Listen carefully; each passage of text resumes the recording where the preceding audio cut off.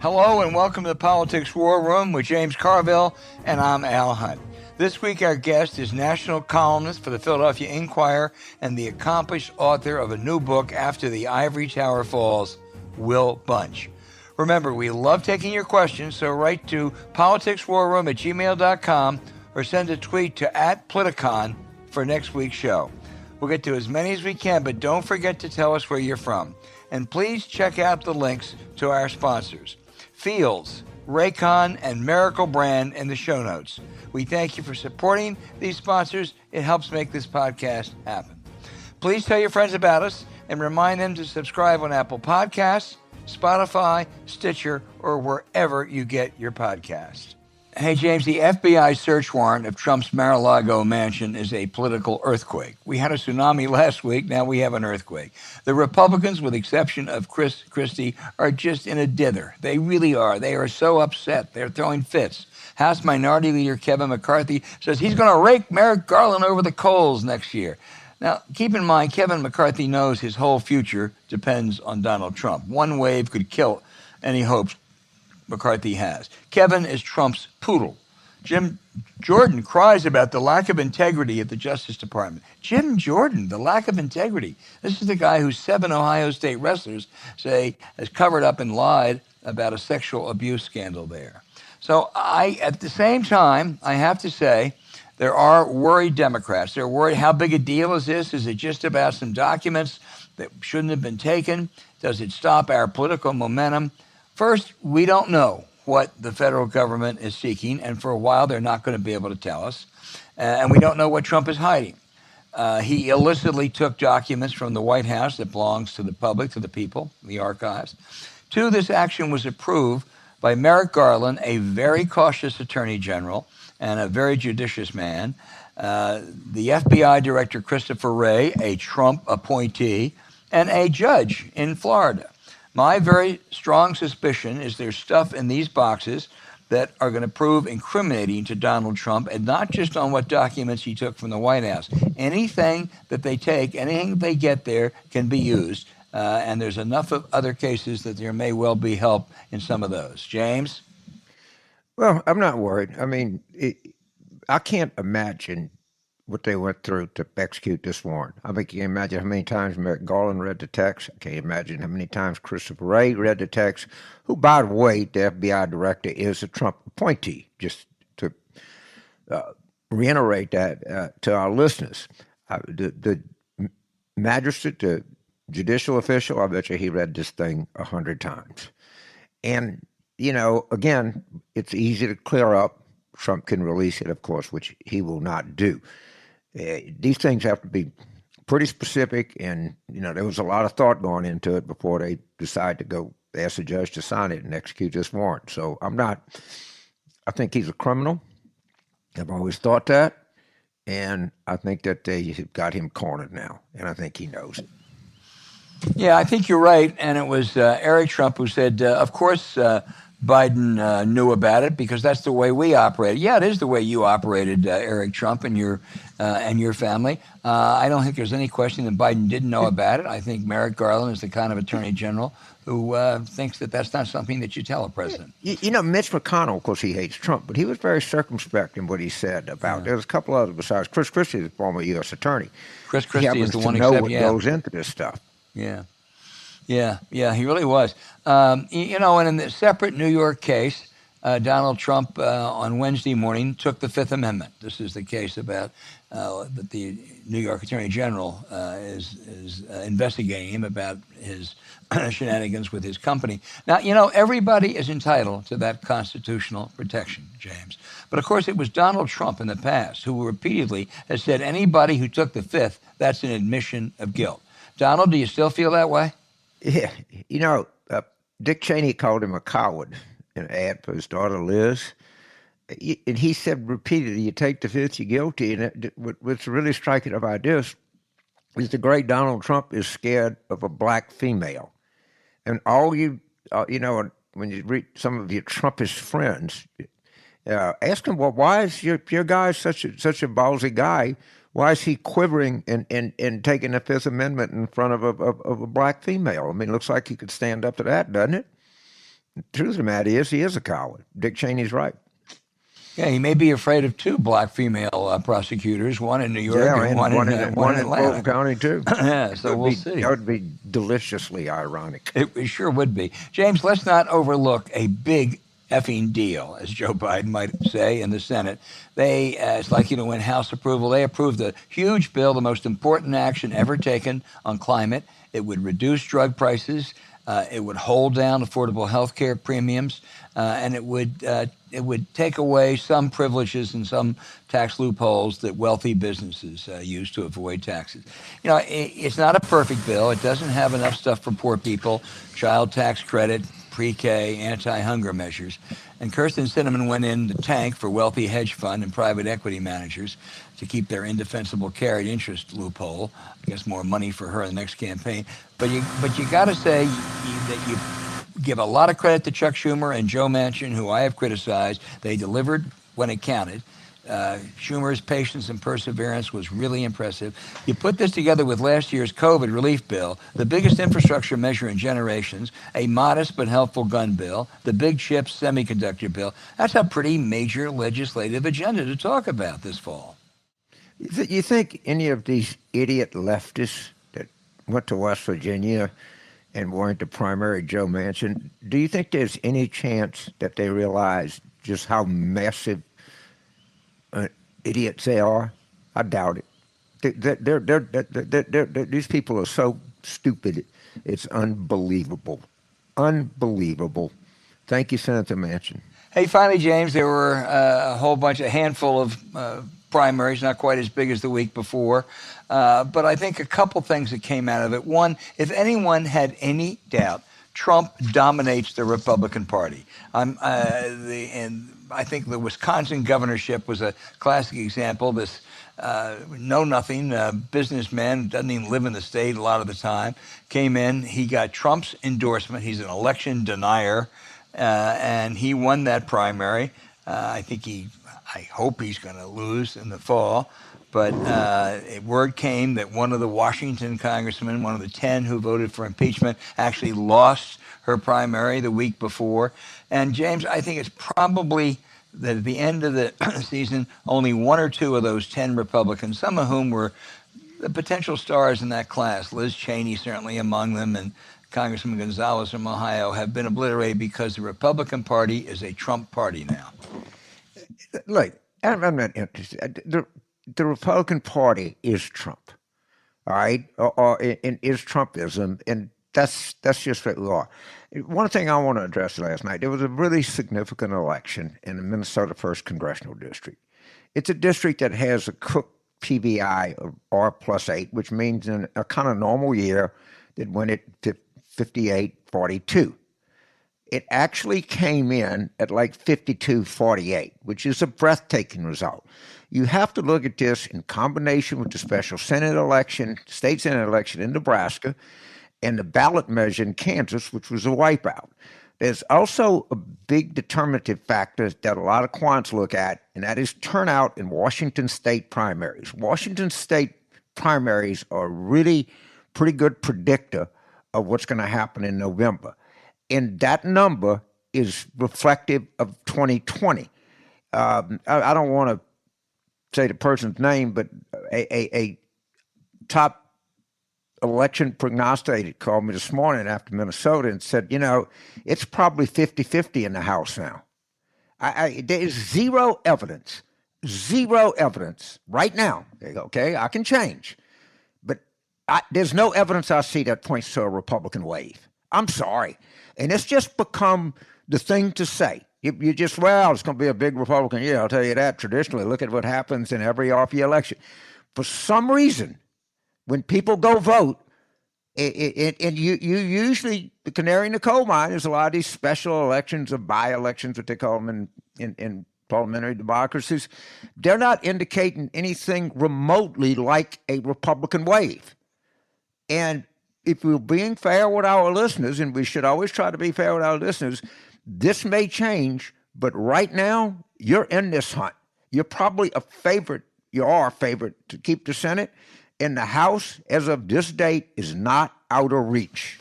Well, it's good that there's not a wave, that's for sure. But actually, I think the country can't even afford a ripple.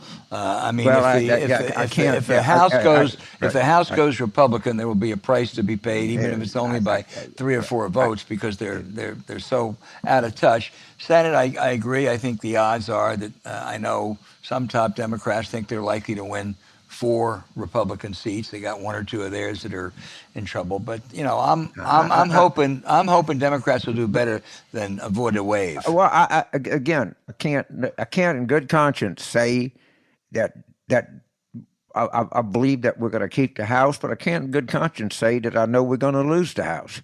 And that's just, you're right. It would be, but the Senate and the candidate quality differential. You cannot tell me that Tim Ryan does not have a real shot in Ohio. Not after I see Nebraska, Kansas, Minnesota. Well, the quality candidate I think we got a real shot in Iowa. Well, the quality candidate, the difference between quality is huge. It's Ohio, huge. It's Nevada, it's North Carolina, it's Pennsylvania. Iowa. It's all over. Iowa with a young admiral, middle-aged admiral, running against a man who will be 95 at the end of his and everybody term. knows it, who claimed that he voted for the insulin cap, but him saying no, and complained that he had to work on Saturday. Could you imagine being a United States Senator and having to work on Saturday? Oh my God, what a travesty! Well, Michael Gardner says that everybody ought to do that every 50 years.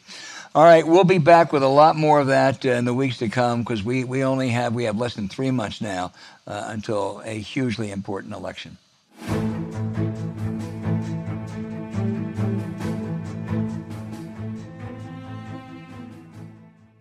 Hey, are you struggling with focus or productivity at home or in the workplace? If you're like us, sometimes you need help focusing without the zombie-like feeling of prescription drugs or caffeine. That's why we recommend Feals. Feals brand new focus melts are unlike anything you may already be using to focus. They're fast-acting, long-lasting, and caffeine-free tablets to help you say goodbye to procrastination and reclaim your day. Feals brand new focus melts, fast-acting tablets dissolve in moments, leaving you with improved focus in minutes. Plus, they taste great and can help reduce cravings for snacks. So whenever you need a boost or focus, instead of going for that second or third coffee, pop one tablet. Their focus melts are powered by tetracitrine, a naturally occurring compound that gives you the laser focus you expect from caffeine and other stimulants, but without the crash.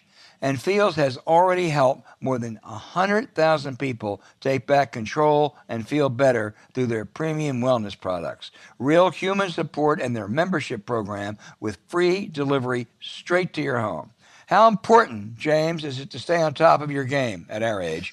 Well, I'll tell you something. That be 78 in October, and if I didn't tell you, I have trouble concentrating sometimes. I'll lose my train of thought.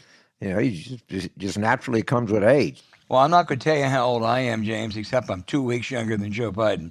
It's time to say no to sluggish days and restless nights with Feals Focus Melts. Become a member today and save 50% off your first order of Focus Melts and get free shipping by going to feals.com/warroom and use the code WARROOM at checkout. As a member, you'll save money on every order, and you can easily pause, swap, or cancel at any time. That's feals.com/warroom and use War Room to become a member today. So say goodbye to procrastination, reclaim your day, and start feeling better with Feals. You can also find the link in our show notes.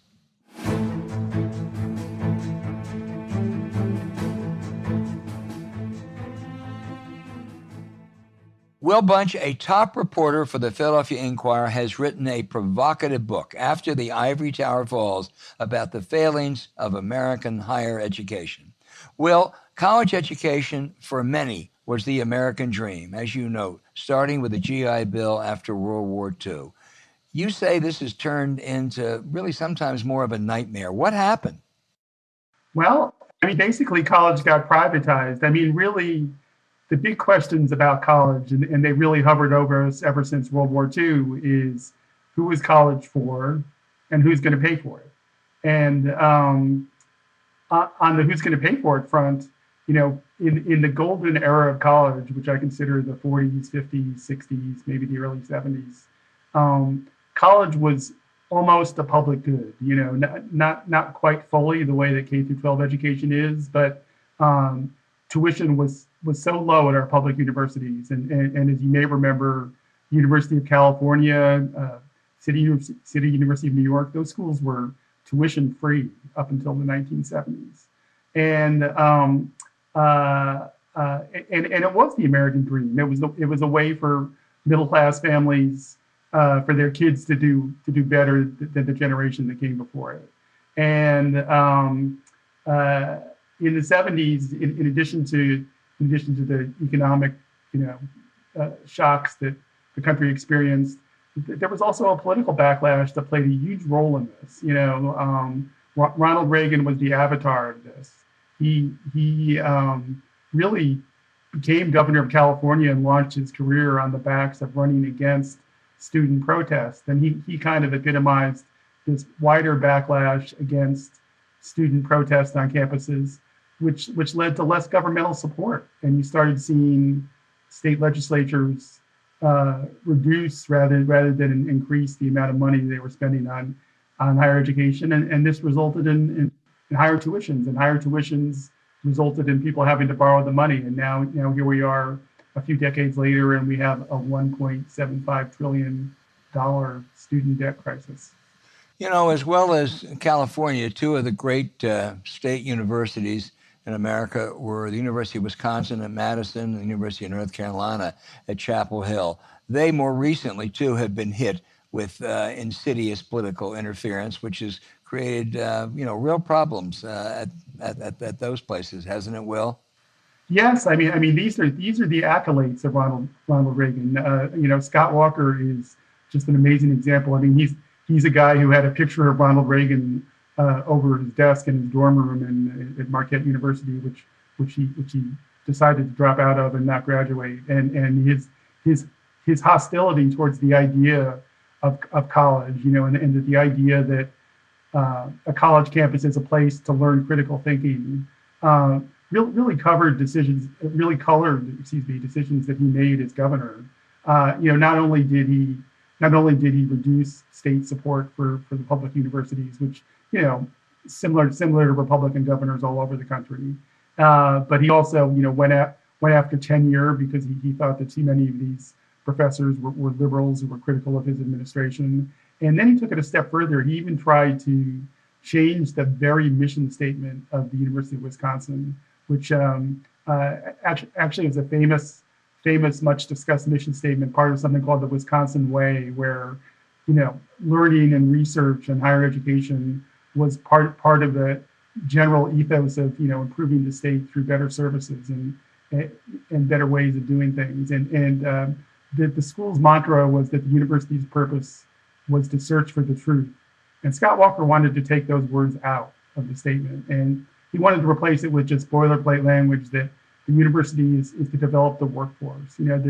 This idea that colleges are just to train the next generation of capitalist workers, to join the system, and if they had to borrow money for that place in the system, then they could work to pay it back. And Scott Walker and also in North Carolina, you've seen Republicans totally take over the boards of trustees of these universities and appointing people not because of their love of academics, but because of their political connections to the Republican Party. And it's caused all kinds of turmoil on these campuses. You also, in a different way, write about a small little school that I'm familiar with. I think it's quite a good school, Kenyon College in Gambier, Ohio, and the kind of the contrast between that college and the surrounding communities. Yeah, I wanted to spend time in Kenyon. And, it is a great school. I mean, it's produced amazing people like Paul Newman and E.L. Doctorow and Olof Palme, the former Prime Minister of Sweden, were all alumni of Kenyon. And today the tuition at Kenyon is $76,000. Now, not everybody pays full freight, obviously, but because of its reputation and because of its cost, I think 20% of the students there are from the top 1% of families, family earners. And more than half are from the top 20%.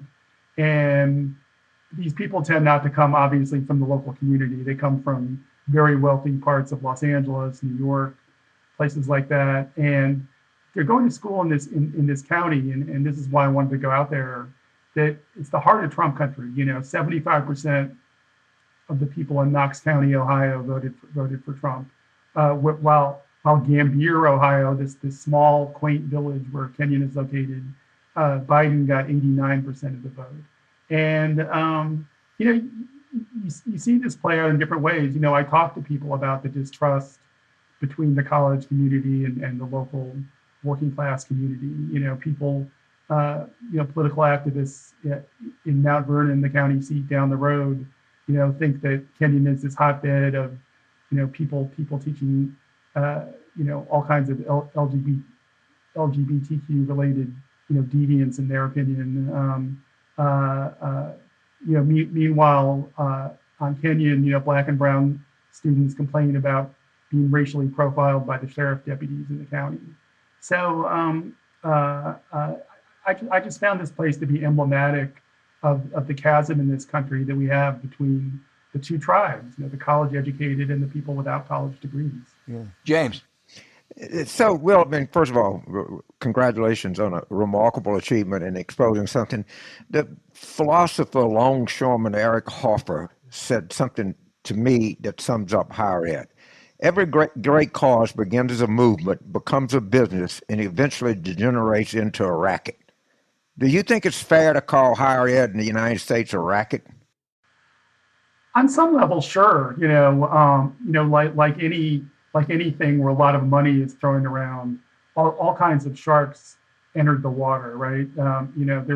I devote a section in the book to these for-profit universities, which over the last 20 years became a much more substantial player because they employ these boiler room marketing tactics to these vulnerable kids. You've got kids, especially in kind of working class neighborhoods, who instinctively know that they're not going to get ahead in life the way things are structured now if they don't get that piece of paper, a college diploma.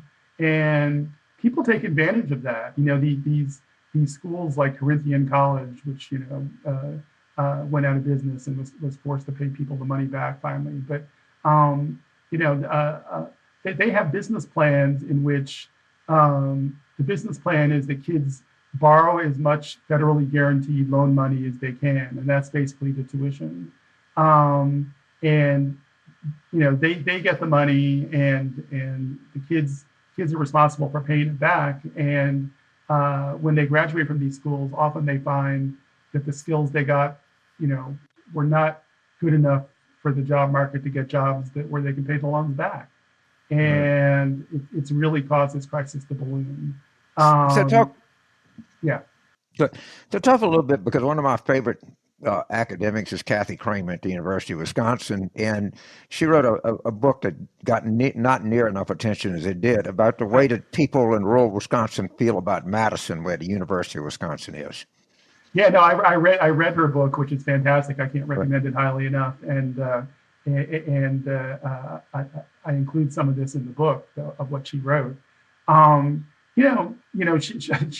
She went all over northern Wisconsin, and she, sat in on the card games and, went ice fishing or whatever with these folks, and heard what they had to say about people from the university and people from the state bureaucrats that they had to deal with.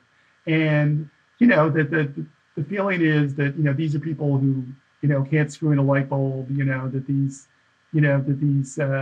state wildlife bureaucrats who don't know how to, screw together a fishing rod, come up and tell them, how many fish they can catch or whatever. And, there's just incredible resentment, this situation that's developed over decades where people from these rural communities don't really have good access now to higher education and can't afford it. And so they resent, the responses, they resent it and distrust it. And, something I really try and drill down to in the book, because I think it's people feel it, but they don't really maybe understand it on the intellectual level. But we basically have been selling this country for decades as a meritocracy, right? This idea that everybody's got the opportunity to get ahead, but whether you get ahead or not is whether you seize that opportunity, whether you make the most of it by getting the college degree is really the key factor in all this. And it's rigged. It's rigged. It's not real. That's not a real meritocracy. It's a rigged system. So my own experience is I spent 3 years teaching at Northern Virginia Community College, which is a community college. I spent 9 at Tulane, which by any definition is an expensive, elite private university. For sure. And I spent 4 years at LSU, which is by anybody's definition a large state university. And I want to talk, because there's non-college college resentment, okay? Within college graduates, there's huge resentment. Mm-hmm. And there's really resentment from people that went to schools like LSU or Penn State or University, Arizona State, anything like that, and these elite colleges that frankly look down on us. And I'll give you an example. You're a sports fan. Yeah, of course. On January 13th, 2020, LSU played Clemson for the national championship in the Superdome. The LSU Tiger Stadium is about 78 miles away from the Superdome. The president of LSU said, "We're not going to have class tomorrow." You couldn't imagine why would you really want 25,000 drunk people. And a guy by the name of Benjamin Applebaum, an editorial board member of the New York Times, a graduate of an Ivy League school, sent out a tweet, and this was during the campaign. He says, "Does the Warren Sanders debt forgiveness cover real schools, or does it cover schools like LSU that let out classes for a football game?" And you know what? All of his friends agreed with him. That's the problem. It's not just that he's an asshole. All of the people that run around with him agree with him. Yeah, and I got to tell you, the resentment. Why should somebody that goes to Kenyon College that racks up $250,000 in debt that could have gone to the University of Cincinnati and racked up $20,000 in debt? Why should I pay that off? Yeah, you really hit on something, James. So much of the college is about things like status and your social status. I was going to mention, you probably remember this whole Varsity Blues scandal from a couple years ago. Yeah, where you had Lori Loughlin and Felicity Huffman, and their families, these rich actors and other rich people. And think about it, their kids honestly didn't even have to go to college, really. I mean, they could just set up a trust fund and their kids would probably be fine. But, they had to get their kids not just into college, but into certain colleges. It couldn't be like even, it's like University of California wasn't good enough. It had to be USC, right? Or it had to be Yale. And the lengths that they would, cheat and pretend to be, crew stars or fencing stars or pay off people to take the SATs because of the status, because they felt that their self-worth as a family would be less if their kid didn't go to one of these elite schools. And that's where it starts, again, that's, talking about how this system, which was this great idea, this American dream, that like go to a college campus for a few years, study with these brilliant scholars, and you're going to come out on the other side smarter and better prepared for the world than your parents were. It's just another way this idea has gotten corrupted. That people aren't going to college so much to learn, and you can see it in the numbers. In the '60s, the average college student studied 40 hours a week. By the early 2000s, that was 24 hours, and I can guarantee you it's less than that now. And it's more about status and less about the learning. So we need to rethink so much of this. We really do. Albert? I'm going to return, Will, to James brought up student debt. You have advocated for giving $1.75 trillion, or most of it, I guess, as many of these students were duped. They sure were duped. I agree with that. But critics say a fair share of that money, or some of it, would go to upper middle class, relatively affluent Americans. And wouldn't that just exacerbate the resentments of those people who live who live in Knox County and didn't go to college, that the federal government is paying off the debt that was run up by those that did. Well, I would say two different things in response to that. One is I think there's a lot of misunderstanding about who really has been hurt by the debt crisis. Right. There've been a number of studies that the people who really suffered the most are Black and brown students, which makes sense when you think about it, because we have this wealth gap in this country, right? Where the net worth of the typical white family is about 20 times the net worth of the typical Black household. And for something like college, that's so critical, because you don't have the investment pool or whatever, or you can't borrow against your house, or at a lower rate or whatever to pay for college. These people, and there's this great yearning among Black and brown young people, just like there were among the young people of the 40s and 50s and 60s, to get into the upper middle class, to get a good white collar existence. So I think people who see the debt forgiveness as a bailout for the upper class are looking at it the wrong way. But the other point I'd make, though, is, on the other hand, I agree with those critics on something else, which is, I don't think you can just do the debt forgiveness and just leave it at that, for a couple of reasons. One, that is unfair, though. I think to the 63% of adults in this country don't have a 4-year degree, and about maybe a third of people are probably never going to set foot on a college campus of any kind in their lifetime. And we should be offering opportunities for betterment for those people as well, and not say, go to college or else you're a loser. But free trade school, especially there's a great demand for people who have these skills. Community colleges. Yeah, it was very frustrating to see how quickly Biden's push for free community college was swatted away, because that would just be a huge boost for millions of people. I talk in the book about the government sponsoring and promoting a gap year for 18-year-olds. Yeah, national service, where people can do, and there's been talk. In fact, I think Bernie Sanders introduced an amendment in the Vote-A-Rama this last weekend about the climate change bill, to have the civilian climate corps, which would be modeled after FDR's famous civilian conservation corps, which was this incredibly successful program from the New Deal, in which millions of people who were unemployed really built up our national parks. If you go to a national park today, you'll see smoke towers and other things that were built by the civilian conservation corps. It was really, and we can do that again, and it would be such a boon to our young people. But the solution has got to be comprehensive and not just wiping out the debt. And you've got to address the affordability of college, at least public universities. You've got to address the affordability in general, because otherwise, if you just forgive debt and do nothing else, well, what about this year's freshmen? They're going to just run it up again. Public colleges now cost 40, 50 grand in some places.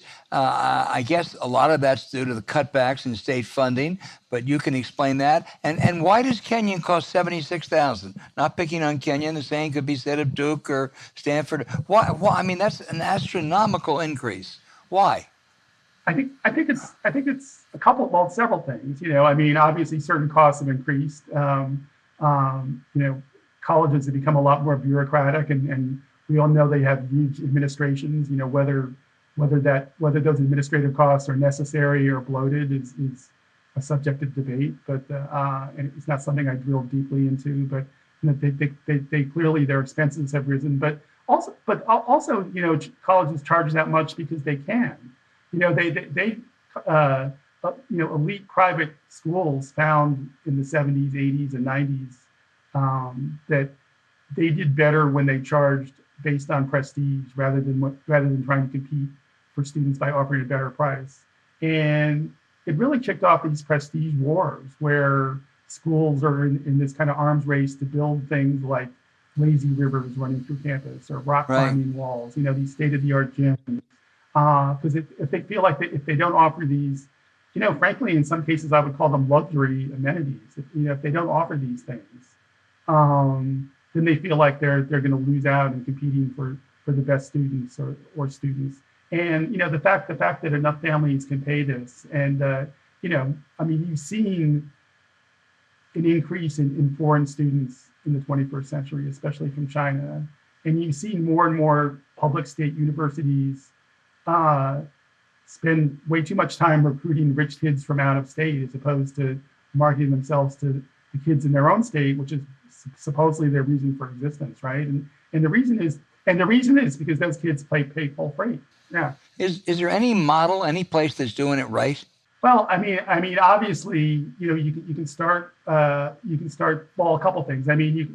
Overall, we should start by looking at how they do it in Europe, obviously, because in Europe, public education is either free or nothing's ever free in life. There might be living expenses or other things, Right. But the cost is much lower. Although I would say Europe. The other thing about Europe is universities are free, but they also have better paths for people to go into trades, and people who are trade workers get more respect in those societies, and they have more benefits like vacation time and healthcare. So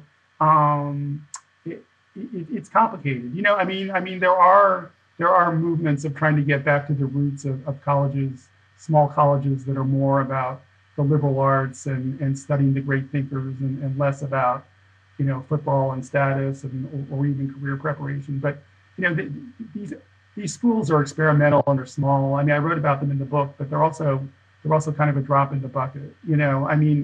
James is right. The bottom of the pyramid is the biggest layer, and that's community colleges. I think we're overlooking a remarkable resource that already exists if we overlook our community colleges. Yeah, I couldn't agree more, James.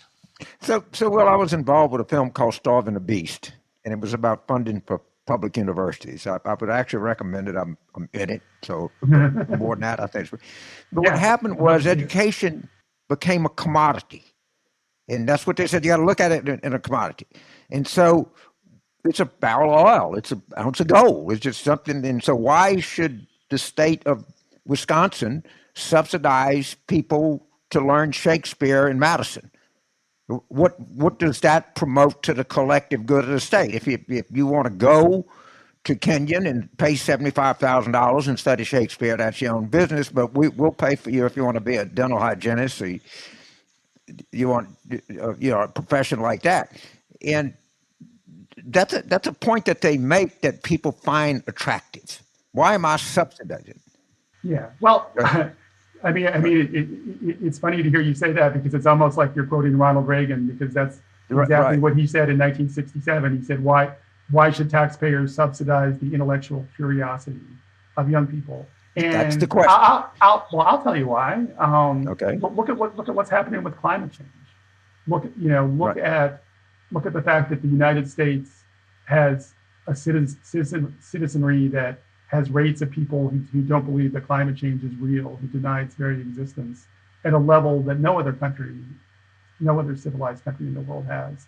Look at QAnon. Look at Donald Trump and the big lie. Look at what happened on January 6th.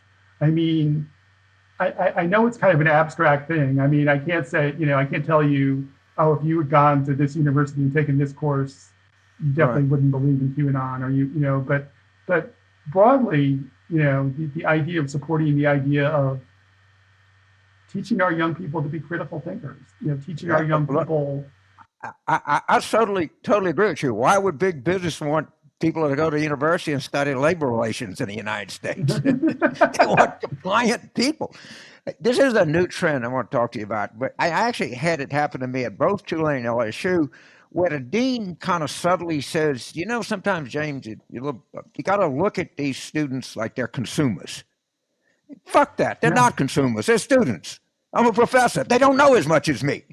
I'm not selling, this is not about me making you comfortable. I'm talking about intellectually. I make you that, if you're not prepared, you're not a consumer. You're unprepared. the right wing argument ever since the time of Reagan. That if we need to make this a capitalist venture where, like you said, the students are the product, or the people need to invest in themselves so they have some skin in the game. That if people pay money, even if people are paying for this, even if they have to borrow the money and pay it back, that's all the better, because that locks them into this. Now they're part of the system, right? And when they're going to college for free, the argument on the right goes, then they're gonna destroy the system. Yeah, all you would have is a more educated workforce, which is the last thing these right wingers want. Is a thinking employee. The funny thing is a lot of corporations actually aren't happy with the kids coming out of college, and some of it is because they're not getting the kind of critical thinking or liberal education that they used to. So it's it's typical self-destructive corporate thinking, right? So. Absolutely.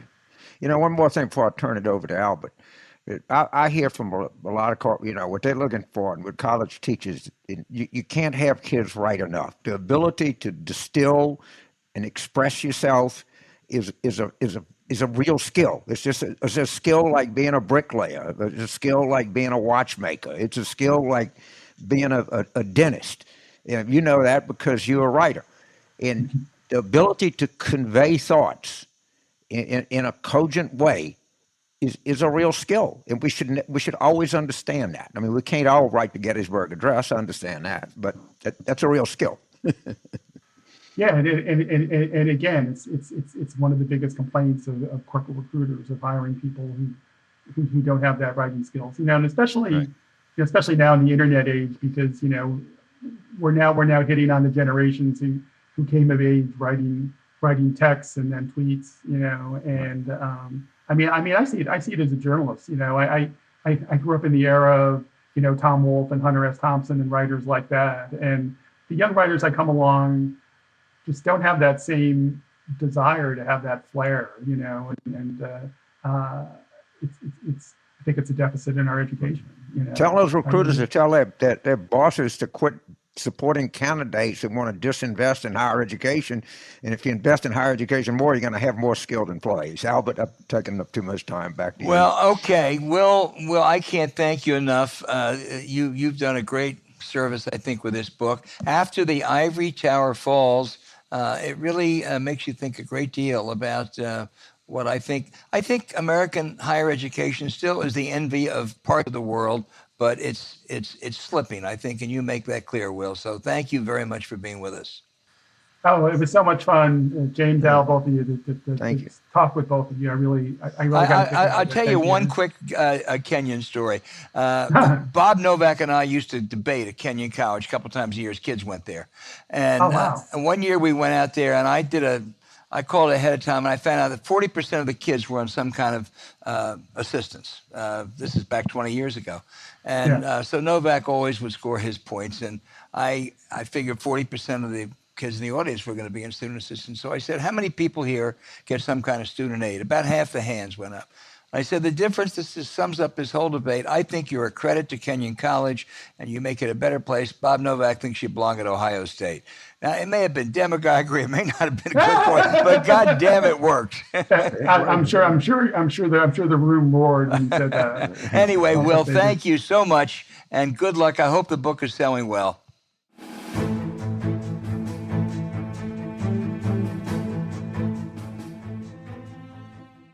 Hey, James, lately I've been listening to a lot of podcasts and audio books like The Black Church by Henry Louis Gates, and, of course, hearing our podcast and others like David Axelrod and The Daily. And it's been great. One reason it's great to listen to because I use my Raycon wireless earbuds to do it. Raycon's everyday earbuds look, feel, and sound better than ever, and with optimized gel tips for the perfect in-ear fit. These earbuds are so comfortable, plus they will not budge, trust me. Raycons give you 8 hours of playtime and a 32-hour battery life. Raycons are priced just right. You get quality audio at half the price of other premium audio brands. It's no wonder Raycon's everyday earbuds have over 50,000 five-star reviews. 50,000. Not only do you get noise isolation, but you can put them in awareness mode for when you're multitasking or on the move.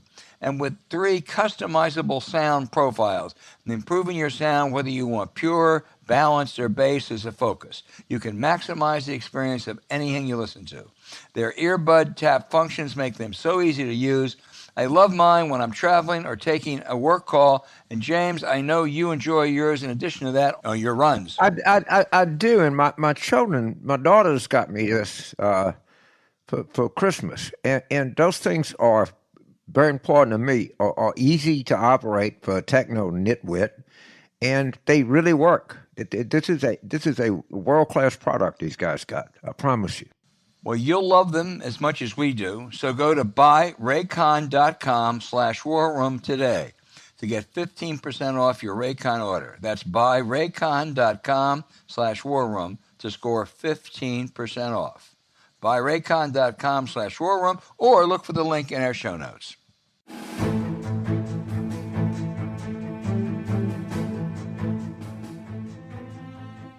All right, now for the questions. And they're so good, James. A lot of them, as we near November 8th, are about the election. Let's start with Richard in Jacksonville, Florida. He said, I just attended an event for Nikki Fried, and I was spellbound. If DeSantis' lust for the presidency forces him to go hard right all the time, doesn't that open the door to a potential Democratic victory this November in the Florida gubernatorial contest? Well, funny you should ask. Something I know about. I've publicly said I'm for Nikki Fried, and I wanted to go and campaign with her, but I can't choose being a panhandler, and I have to be in Kansas because I'm giving a keynote at the Democratic Fest in Wichita during that time.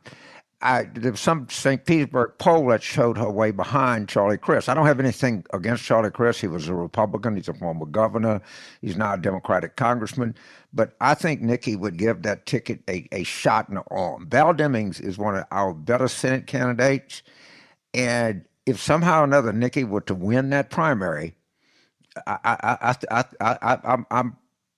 said I thought we could win in Kansas. I said I thought we'd win both seats in Georgia. If Nick and I, maybe with Charlie, it'll be. It certainly would be for him a million times over Ron DeSantis. But I think Nikki is a stronger choice, and I'm glad to see that she made such a favorable impression on you. Yeah, she seems very impressive.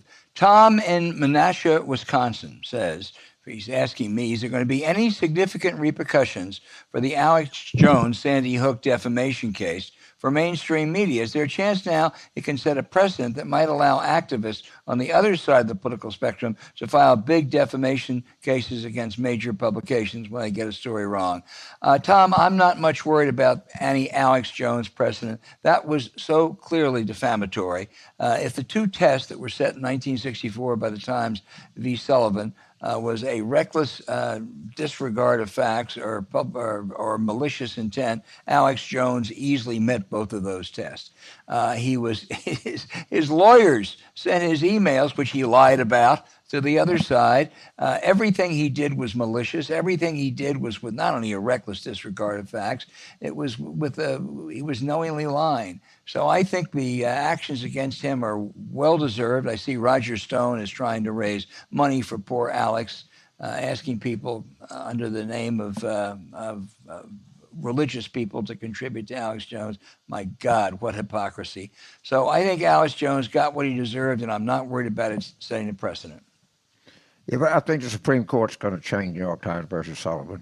I think that's coming, and I think it's going to be detrimental in a way that I think will be detrimental to a free press. But you can feel that. And they probably have something in the docket. We'll get Morgan Cloud on here before the Supreme Court term starts. But I suspect that New York Times v. Sullivan is not long for this world. Well, they're not going to take it up in the next session. There have been 2 justices who want to change it.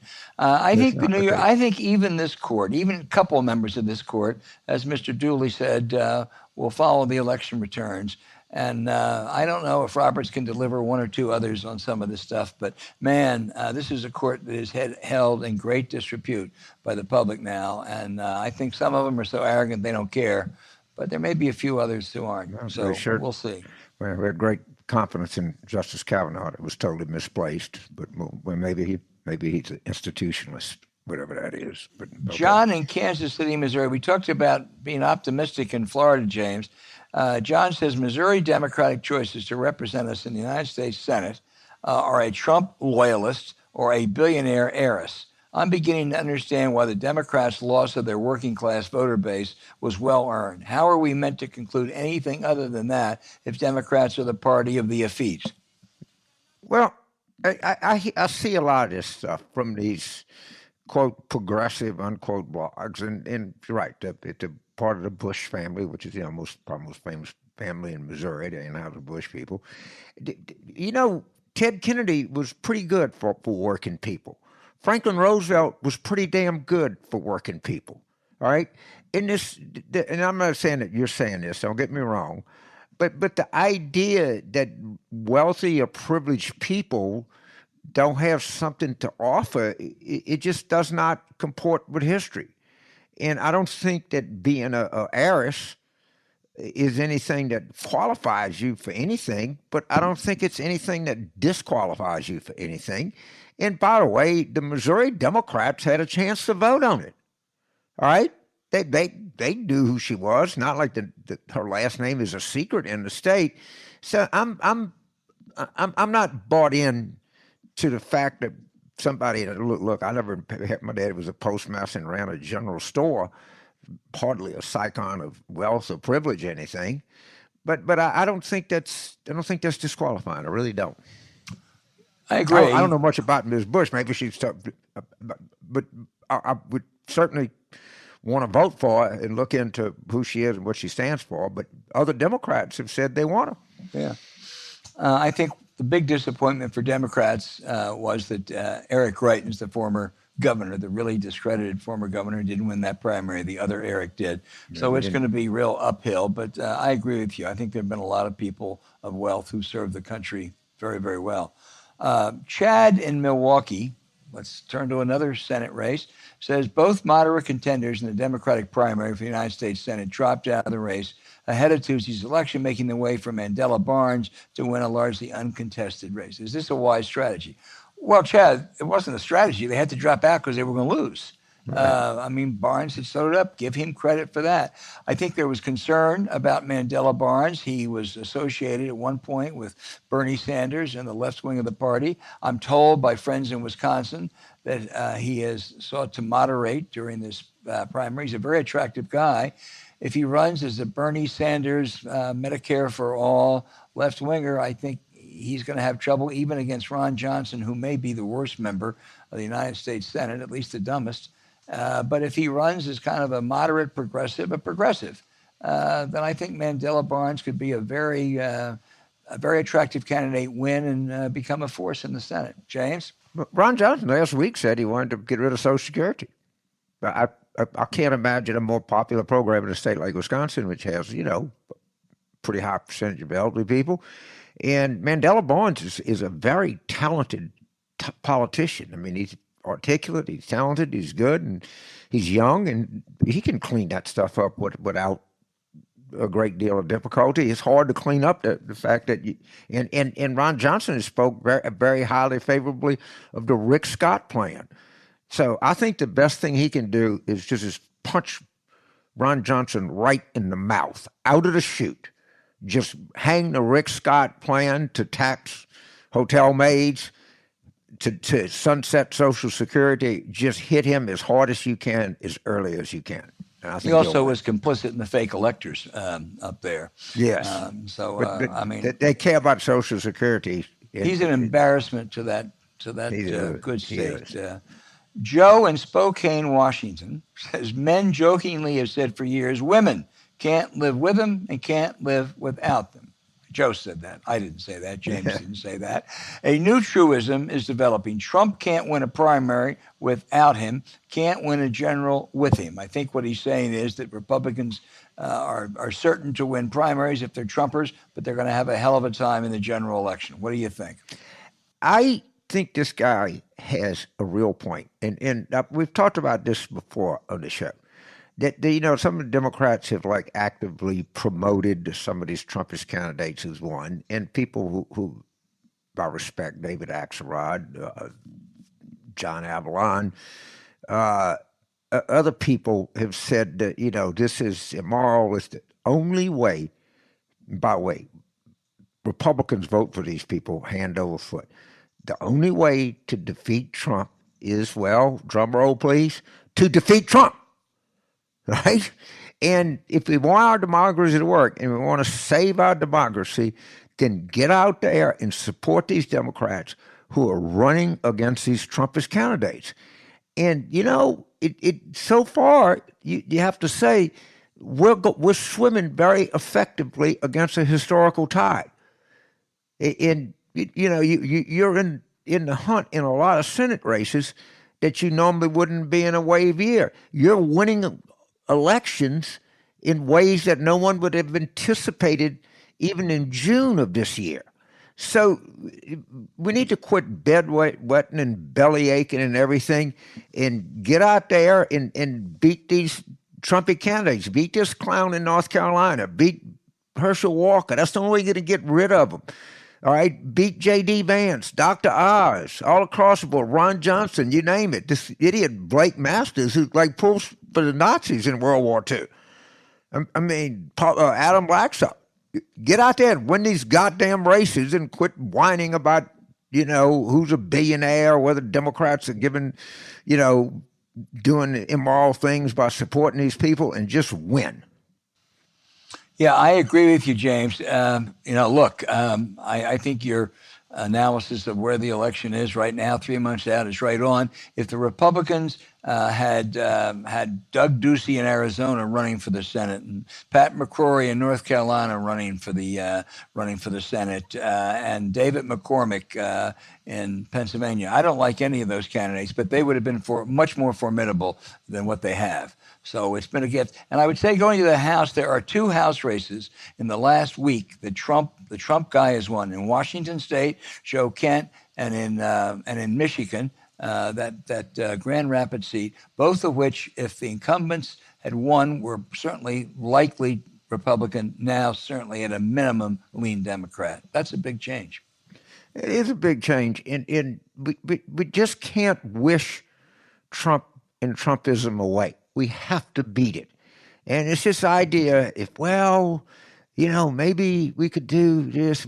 No, bring them out and then get them in the open field and then politically mow them down. Yep. Okay, Aaron in Jamaica Plains, Massachusetts. Where's Jamaica Plains, James? I thought that was in New York. Home of the late Bob Healy, great Boston Globe writer and editor. But Aaron says Democrats should all start referring to the GOP as the American Fascist Party. I'd love to hear a Democrat congressman or woman speaking on the floor and addressing my friends on the other side of the aisle from the American Fascist Party. How about that? We always were taught very early in journalism, you don't refer to people as fascist or communist or Nazis or anything like that. And I still think that's true. It's a term that I would not use. I must say, when you talk about people who worship Viktor Orban in Hungary, you're getting close to fascism. And I wouldn't use it, but I think it may not be the lethal term, that it may not be as lethal as was the case a few years ago, because these people have gotten not only crazier, they've gotten far, far more right-wing, James. Well, I wouldn't use the term, not because I don't think that many Republicans are Blake Masters. I don't know if he certainly is very tolerant of fascism. The people that support Viktor Orban are certainly very tolerant of it. But the reason I wouldn't use the word fascist is because too many of these dumb son of bitches don't even know what it means. I just call them extreme.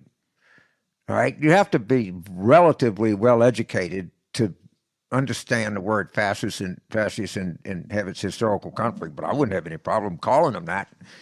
But I just don't think it's the most effective way to deal with them. If you extreme, everybody knows what that is. Our final question is from Andrew in Los Angeles, California. Andrew says, assuming Biden doesn't run in 2024, do you think an openly gay candidate like Pete Buttigieg would have a realistic shot at the presidency? Yeah. I mean, Jared Poulos, and he made, not just Pete Buttigieg, I mean, Jared Poulos, I think he's openly gay governor of Colorado, is Right. very effective. Senator from Wisconsin. Yeah, Tammy Baldwin. Right, senator from Arizona. I mean, I don't know Christian Sinema. Yeah, but Chet would have a chance. And I mean, if they lost, it would probably be for reasons other than the fact that they were gay. There's also a lot of talented, non-gay people out there. But absolutely, I mean, one of the great success stories in America is, the modern real lurch toward gay rights, which is a good thing. The people who wouldn't vote for Pete Buttigieg or any other gay lesbian candidate because of that weren't going to vote for him in the first place. So, well, there's another problem. There's some people who would say, look, I don't care if the person's gay, but if I think that there'd be a weaker general election candidate, that's the way some people think in terms of primaries. They could say the same thing about a female or a black person or anything else. He actually he did. I guess he finished third in all. If you tally all the primaries last time, and he was an obscure candidate to begin with, so he did pretty well. So we'll just see. All right, please keep those questions coming in.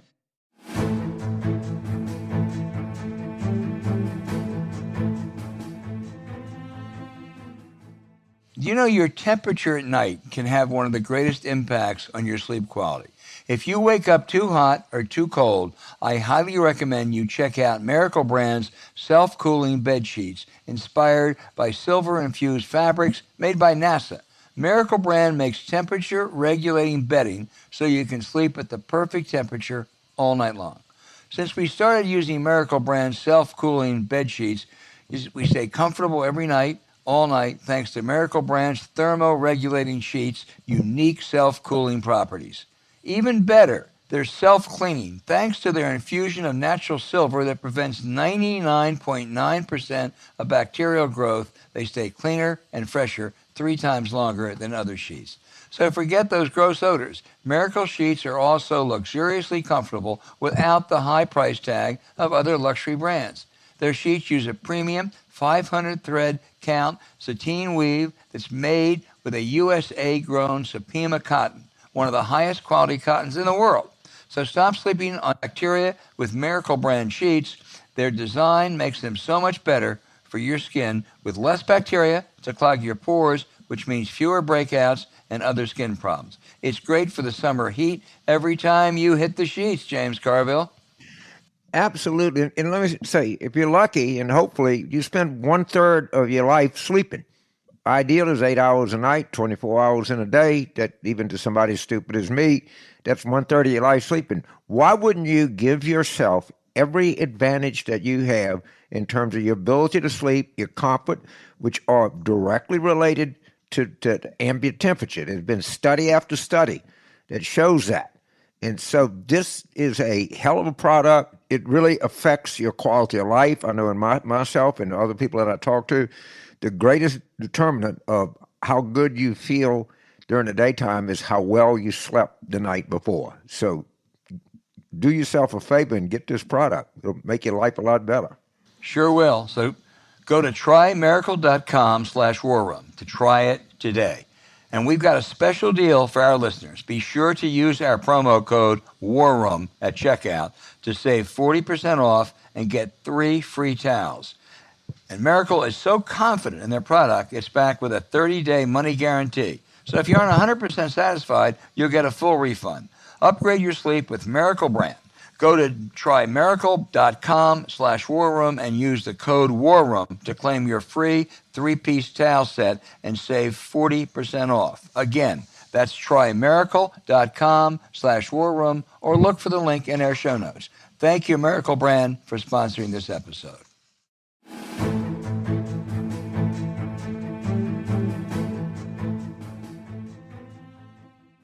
And now for the outrage of the week.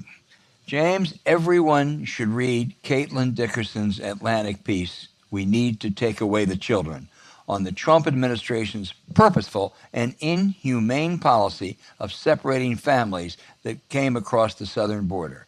It's 30,000 words, well worth the time, a brilliantly reported piece. The cruelty is staggering. Here are some of the perpetrators who took little children away from their parents. The primary hate monger, Stephen Miller, and his wife, Katie, they were too busy to talk to reporters because they were taking care of their infant child, no doubt blissfully ignorant of those little children they took away from their moms and dads. Even after this miserable policy was ending, there still are 700 children who can't find their parents. Some of the others, Gene Hamilton, who paraded as a great family man, except for all those kids he sold out. Tom Homan, Kevin McAleen, Chad Wolf, Matthew Albence, Rod Rosenstein, Scott Lloyd, and there are others. These people and this policy, to borrow a phrase from Hannah Arendt, represent the banality of evil. Well, obviously, I'm going to second that because I read the piece. My daughter, who is pregnant, read it and had to put it down 3 different times. I guess not to deprive our listeners of another outrage. My outrage is the right-wing media having a conniption, a hissy fit, God knows what not about the FBI executing a search warrant at Mar-a-Lago. Well, if there's nothing, why don't you ask Trump to release the contents of the search warrant? The Justice Department can't do it because they have a policy, makes sense, that they don't want to run the risk of prejudicing a jury. But Trump has the search warrant. If it's about nothing, if it's all the, deep state, then tell us what's in the goddamn search warrant. Because everybody is speculating as to what this means, what it is. I will join the speculation and say, I bet you when they get to the bottom of this, money is involved somewhere. It always is.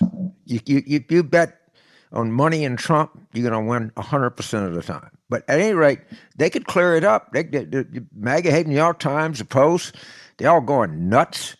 And Trump could do a great service to the country and just release the search warrant. Yeah, I agree. It's easy to fix.